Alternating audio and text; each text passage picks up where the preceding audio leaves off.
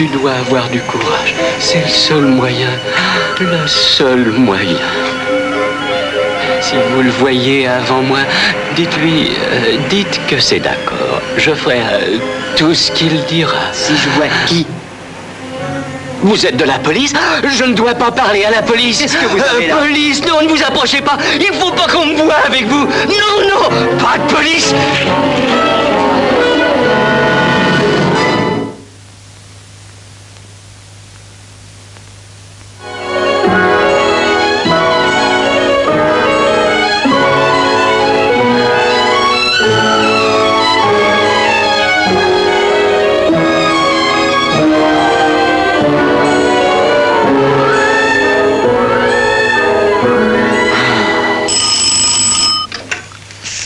Oui, inspecteur Beaumont.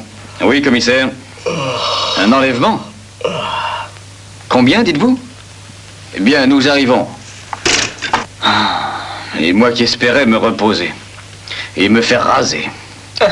Ces jeunes gens, ça s'intéresse à des futilités. Au lieu de penser aux choses sérieuses, c'est ça, hein?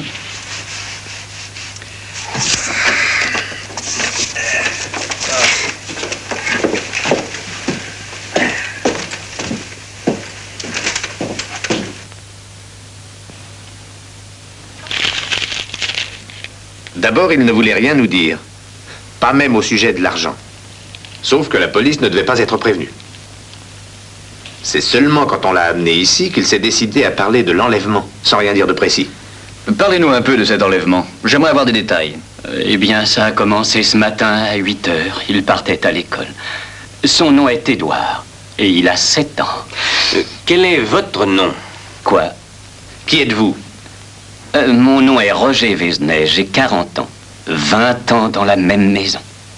Compagnie d'outillage expert comptable. Un enfant, un garçon, il a 7 ans. Oui, continuez. Il est plutôt petit pour son âge. Il a les cheveux châtains, les yeux noirs. Et il est plutôt délicat pour un garçon. Mais si on le traite avec douceur, il se porte très bien. J'espère qu'ils le traiteront avec douceur. Qui? Quoi? Qui doit le traiter avec douceur? Mais c'est ça, je n'en sais rien, je veux parler de sa ravisseur. Ce matin, il est parti à l'école. Il avait déjeuné avec moi. Je lui ai dit au revoir et il est parti à l'école.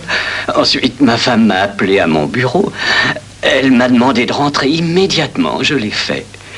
Elle avait reçu un coup de téléphone d'un homme. Il avait l'enfant. Il nous rappellerait plus tard. On a attendu. Il a rappelé. Je lui ai parlé. Ne vous inquiétez pas, l'enfant va très bien. N'allez pas à la police, contentez-vous d'attendre. Et il a raccroché. Et il a rappelé? 1 heure plus tard, il a demandé de l'argent, beaucoup d'argent. 500 000 francs en coupure de 1000 francs. J'ai trouvé l'argent. Ensuite, je ne me rappelle plus. Je ne me rappelle plus rien du tout. Et vous rappelez-vous ce qu'il vous a dit de faire? Enveloppez l'argent, enveloppez-le dans la première feuille du journal de ce matin et apportez-le à un café appelé La Lune. Au café La Lune, près de la porte Saint-Denis. Là, restez au bar avec le paquet et alors commandez une limonade au garçon et bientôt, très bientôt, l'enfant vous sera rendu. Je reverrai mon petit, vous entendez? Je veux revoir mon fils, vous entendez? À La Lune. À quelle heure? À quelle heure a-t-il demandé que vous y soyez? 10h30. À 10h30, juste.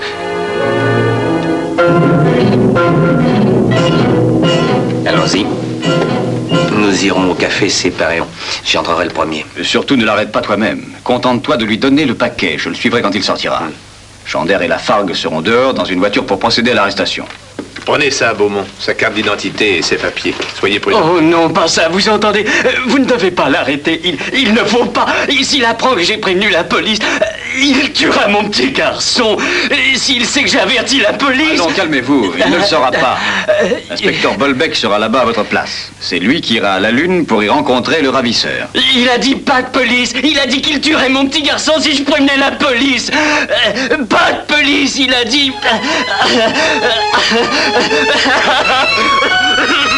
Non.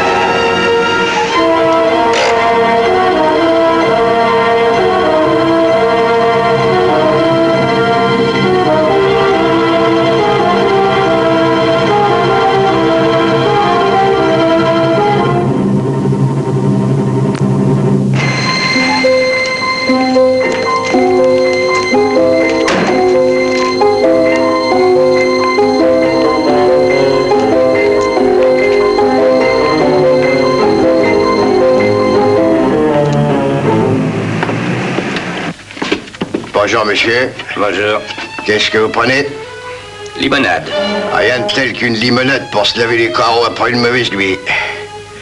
C'est pas votre avis? Si, ça noie les papillons qu'on a dans les yeux.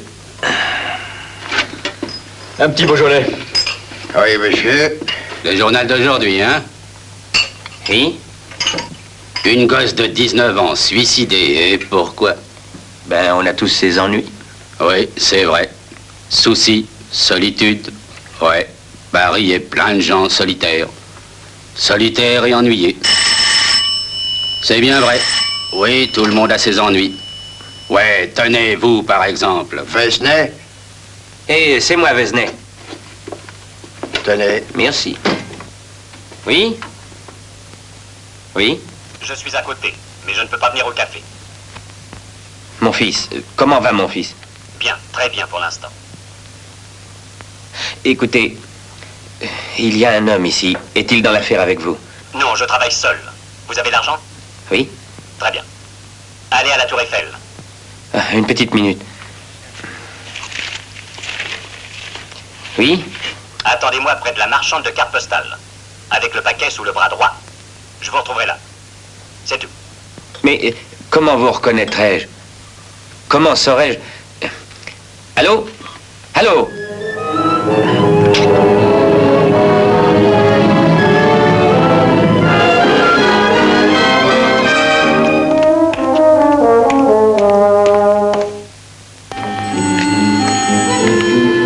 À la Tour Eiffel, en face de la marchande de cartes postales. D'accord.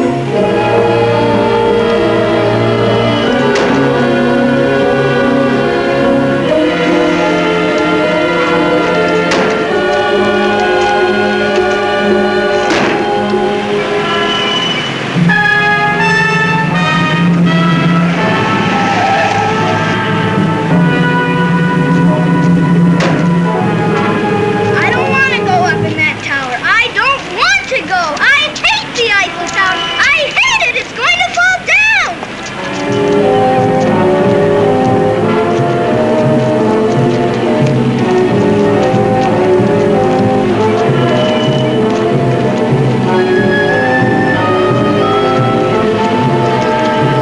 Je vous demande pardon. C'est le journal d'aujourd'hui? Oui? Vous êtes monsieur Vesney? Votre nom complet, c'est... Roger Vesney. Êtes-vous l'homme avec qui j'ai rendez-vous? Non. Non, mais j'ai un message pour vous.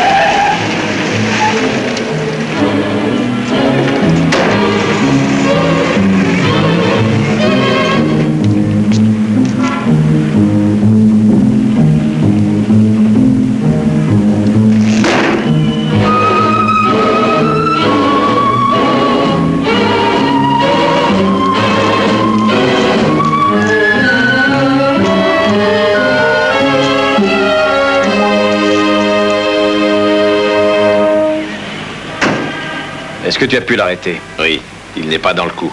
Un homme lui a donné 100 francs pour remettre une lettre. C'est tout ce qu'il sait. Es-tu sûr qu'on ne t'a pas vu l'arrêter? Il n'y avait personne quand on l'a pris. Parfait. Bon, rendez-vous à la gare Saint-Lazare tout à l'heure.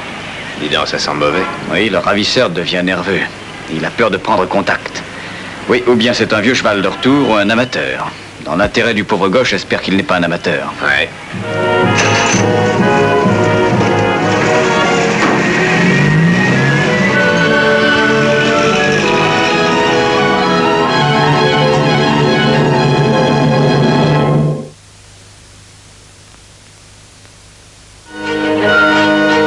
Une curieuse chasse était engagée.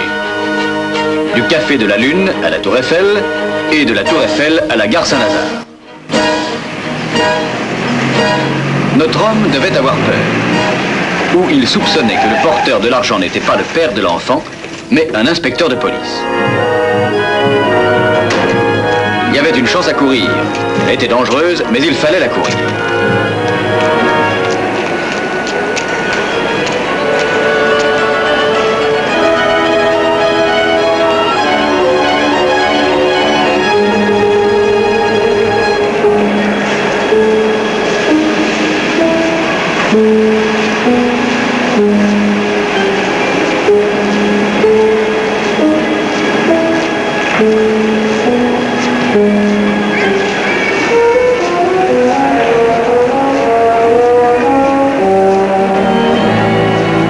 Excusez-moi, oui. Pourrais-je savoir votre nom? Mais, Vézenet, Roger Vézenet. Vous avez votre carte d'identité? Oui, Et ça vous ennuierait de me dire ce que contient ce paquet? peut-être que vous le savez. Répondez à ma question. Pourquoi? Regardez ça, police de la gare. Ah, Ne m'en veuillez pas, mais ces temps derniers, il y a eu des tas de vols et on est obligé d'ouvrir l'œil. oui, oui, je comprends. On demande Monsieur Vézenet, Monsieur Roger Vézenet. Roger Vez, mais c'est vous? Monsieur Roger Vézenet est demandé au téléphone au bureau des renseignements. Hé, attention! Laissez-le partir. Allez, vas-y, dépêche-toi, je vais m'occuper de ça. Police judiciaire. Ne faites pas de scandale, compris? Monsieur Vézenet? Oui. Allô? Je vous donne encore une chance, Vézenet. Mais c'est la dernière. Écoutez, j'ai apporté l'argent, j'ai suivi toutes vos instructions. Maintenant, je veux mon fils. On vous rendra le petit garçon, si vous faites exactement ce que je vais vous dire. Très bien, dites-moi ce que je dois faire. Quittez la gare immédiatement. Prenez l'autobus 32. Restez sur la plateforme. Si je ne suis pas entré en contact avec vous avant d'arriver aux Champs-Élysées, descendez et attendez devant le kiosque à journaux en face du Fouquet's. Vous avez compris? C'est entendu. Allô? Allô?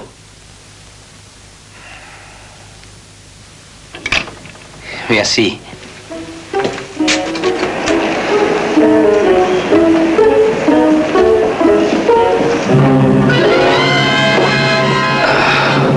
Ah, j'ai bien cru à un moment. Qu'est-ce qu'il a dit?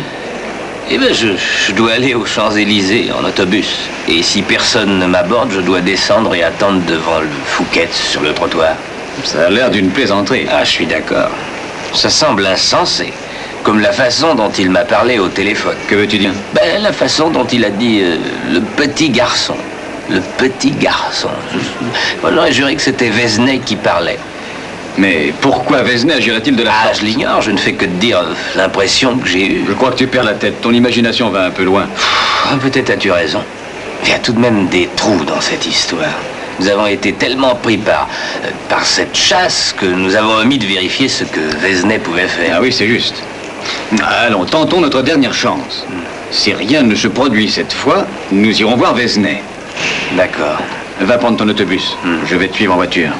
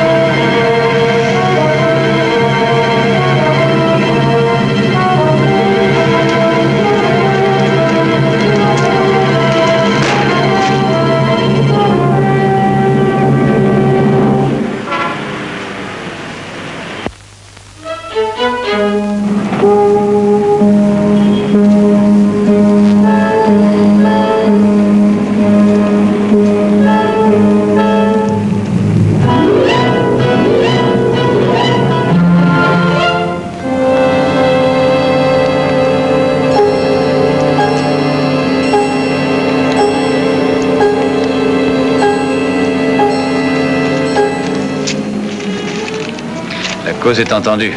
Je suis sûr qu'il ne viendra pas. Je crois que tu as raison. Allons-nous-en et allons voir ce qui se passe chez Vézenay.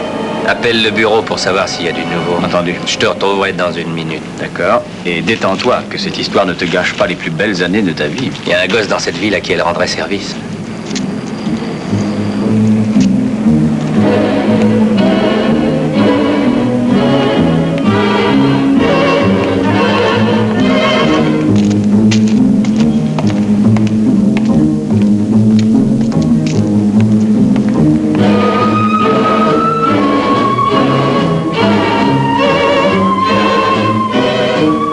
Allô, c'est le restaurant peut-être?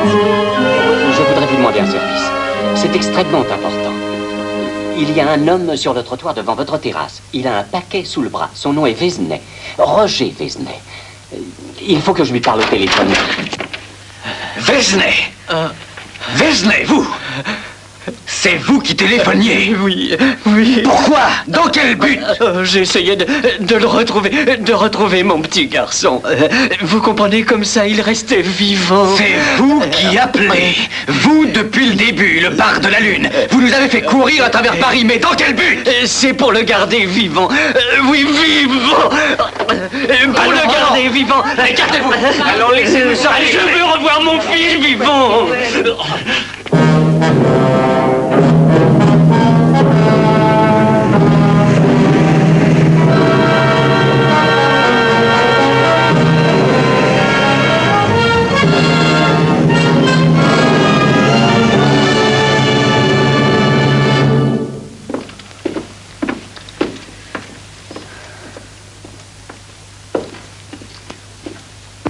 Docteur, Oui? comment est-il? Pas très bien. Pour l'instant, il est calme. Mais nous ne comprenons pas, docteur. Pourquoi s'est-il procuré l'argent? Pourquoi appelait-il et pourquoi me suivait-il? Oh, bien sûr, pour vous, ça semble difficile à comprendre. C'est que son petit garçon, eh bien, comptait plus que tout le reste dans sa vie. Et quand il a été enlevé, il est devenu fou. Il n'y a pas eu d'enlèvement. Quoi? Mais ce matin, il nous a dit que son fils était parti à l'école et que... Oui, je sais, mais il n'a pas été enlevé. Il a été écrasé par un camion, tué sur le coup. Et quand Vézenay a vu son cadavre, eh bien, il n'a pas pu accepter la réalité. Son esprit s'est refusé à l'accepter et a créé de toutes pièces une histoire invraisemblable, mais qui est vraie pour Vézenay. Cette histoire expliquait l'absence de son fils. Et grâce à elle, l'enfant était toujours vivant. Cette histoire lui laissait un espoir. L'enfant avait été enlevé, il allait payer la rançon pour le ravoir vivant. Voyons, et réellement, il croit ça? Autant que vous l'avez cru ce matin. Mais vous pensez qu'il y croira toujours? Toujours. Et c'est pour ça qu'il ne pouvait pas conclure les transactions avec vous. Cela l'aurait placé devant une impossibilité, celle de pouvoir rendre l'enfant. Aussi longtemps que les négociations dureraient, il pouvait continuer à le croire vivant quelque part, dans son esprit. C'est fantastique. Pour ce malheureux, ça a dû être une tragédie. Pourrions-nous le voir? On voudrait lui parler. Oui, mais ne restez pas plus de 5 minutes.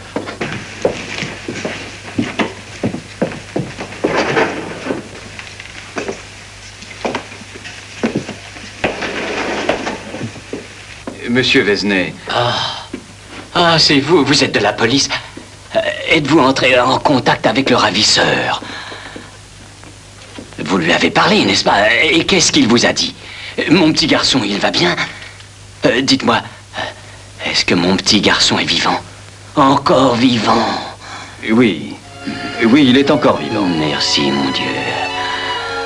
Merci, mon Dieu. Ah, dites-lui, dites à cet homme, dites-lui qu'il aura tout ce qu'il voudra. Mais surtout, qu'il ne lui fasse pas de mal. Vous lui direz, monsieur. Oui, oui. Oui, nous lui dirons. Merci, monsieur.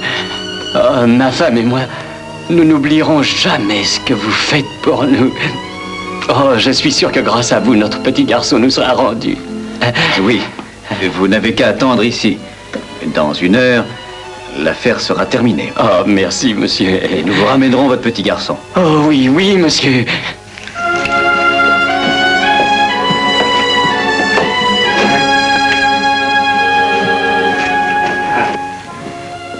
Pourquoi lui as-tu dit ça? Mais voyons, Bolbec, je ne pouvais pas lui dire la vérité. Crois-tu qu'un jour il s'en remettra? Mais je n'en sais rien, je ne suis pas docteur. Je ne suis qu'un policier qui a besoin de se faire raser. Allons-y ensemble.